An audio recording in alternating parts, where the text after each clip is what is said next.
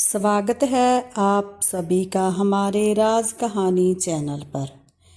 एक समय की बात है, एक छोटे से गांव में एक निर्धन लड़का रहता था। उसके माता पिता नहीं थे।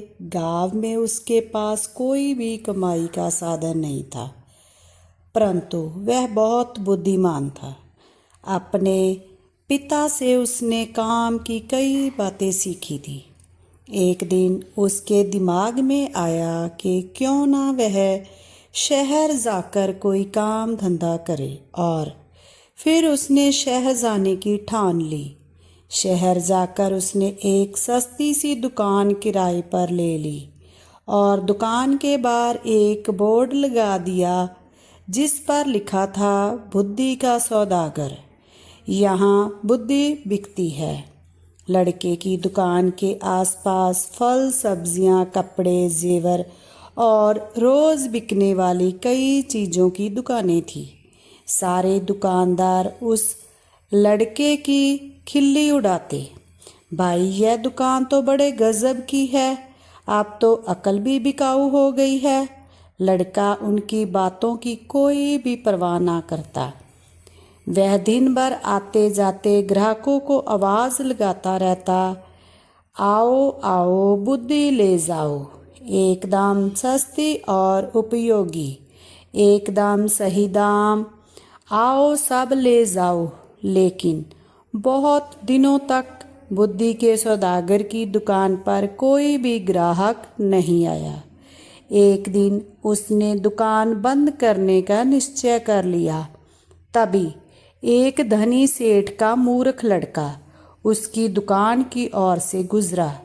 उसे समझ नहीं आया कि यह दुकान है कोई फल या सब्जी होगी।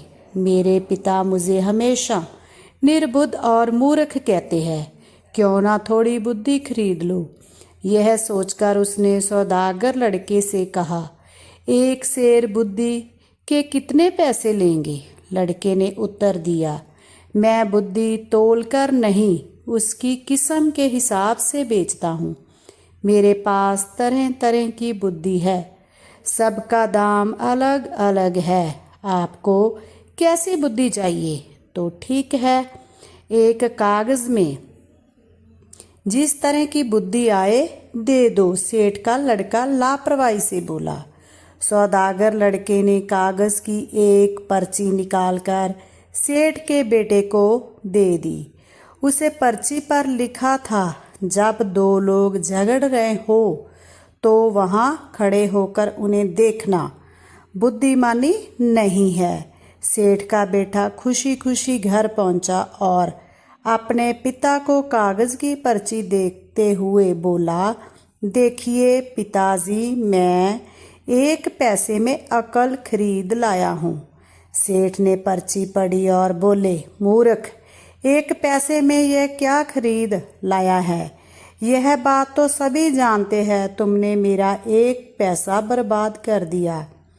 सेठ तुरंत सौदागर की दुकान पर पहुंचा और उसे लड़के को बुरा भला कहते हुए बोला, लोगों को ठगते हुए तुम्हें शर्म नहीं आती? मेरा एक पैसा वापस करो। पैसा क्यों वापस करूं? माल दिया है, पैसा लिया है। लड़के ने कहा, ठीक है, ये लो अपना कागज़ का फटा टुकड़ा जिसे माल कह रहे हो। नहीं चाहिए हमें तुम्हारा माल। यह कहते हुए सेठ उसकी पर्ची वापस करने लगा। पर्ची नहीं, मेरी सीख वापस करो, लड़के ने कहा। अगर पैसा वापस चाहिए तो आपको एक कागज़ पर लिख कर देना होगा कि आपका बेटा कभी भी मेरी सीख का प्रयोग नहीं करेगा। बात बन गई, दोनों पक्ष मान गए। सेठ ने कागज़ पर लिख कर दे दिया और अपना पैसा वापस लेकर खुश हो गया। और कुछ देर बाद उसे देश के राजा की दो रानियां थीं। एक दिन दोनों रानियां की दासियां बाजार गई, वहां उनका झगड़ा हो गया। बात हाथों पाई तक पहुंच गई। लोग चुपचाप खड़े देख रहे थे। उन्हें में सेठ का बेटा भी था। झगड़ा बढ़ता देख सारे लोग एक एक कर वहां से चले गए, मगर सेठ का लड़का करारनामे के अनुसार वहाँ से जा नहीं सकता था। वह अकेला ही खड़ा रह गया। बस फिर क्या था, दोनों दासियों ने उसे अपना गवाह बना लिया। झगड़े की बात राजा रानियां तक पहुंची और लड़के को राज दरबार में ले गए। दोनों रानियां ने लड़के को कहा कि वह उनके पक्ष में गवाही दे। सेठ और उसके बेटे के तो होश उड़ गए। वह सहायता के लिए बुद्धि के सौदागर के पास पहुंचे। बोले, हमें किसी तरह बचा लीजिए, मैं 500 लूँगा। लड़के ने कहा, ठीक है, यह लो 500। सेठ ने तुरंत 500 निकालकर सौदागर को दे दिए। देखो, जब गवाही देने के लिए बुलाया जाए तो पागल की तरह व्यवहार करना। बुद्धि के सौदागर ने यह करने का उपाय बताया। सेठ के बेटे ने वैसा ही किया। राजा ने उसे पागल समझकर महल से बाहर निकाल दिया। इसी तरह की 1-2 घटनाएं हो गई। बुद्धि के सौदागर की चर्चा राजा के कानों में पड़ी। राजा ने उसे बुलवाया और पूछा, सुना है तुम बुद्धि बेचते हो, क्या तुम्हारे पास बेचने के लिए और बुद्धि है? जी हजूर, आपके काम की तो बहुत है, लेकिन 1 लाख लूँगा। सौदागर लड़के ने कहा, तुम्हें 1 लाख ही दिए जाएंगे, तुम पहले बुद्धि तो दो। राजा बोले। सौदागर ने एक पर्ची राजा को दे दी। राजा ने पर्ची खोलकर पढ़ी। पर्ची पर लिखा था, कुछ भी करने से पहले खूब सोच लेना चाहिए। राजा को यह बात बहुत सुंदर लगी।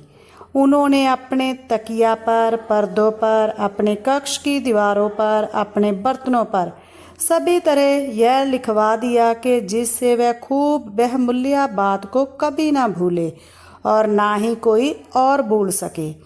एक बार राजा बहुत बीमार पड़ गया। राजा के एक मंत्री ने वैद्य के साथ मिलकर षड्यंत्र रचा और उनकी दवा में जहर मिलाकर ले आया। राजा ने दवा का प्याला अभी मुंह के पास रखा था कि उसकी बर्तन पर लिखे शब्दों पर उनकी नज़र पड़ी। कुछ भी करने से पहले खूब सोच लेना। राजा ने प्याला नीचे रखा और दवा को देखकर सोच में डूब गए कि यह दवा पीनी चाहिए या नहीं। वैद्य और मंत्री को लगा कि उनका भांडा फूट गया है। वे दोनों डर गए और राजा से क्षमा मांगने लगे। महाराज, हमें क्षमा कर दीजिए, हमसे बहुत बड़ी भूल हो गई है। राजा ने तुरंत सिपाहियों को बुलवाकर दोनों को कैद खाने में डलवा दिया। बुद्धि के सौदागर को बुलवाकर इनाम में खूब सारा पैसा दिया और उसे अपना मंत्री बना लिया। अगर आपको हमारी यह कहानी अच्छी लगी तो हमारे चैनल को लाइक, सब्सक्राइब, शेयर और कमेंट ज़रूर करें।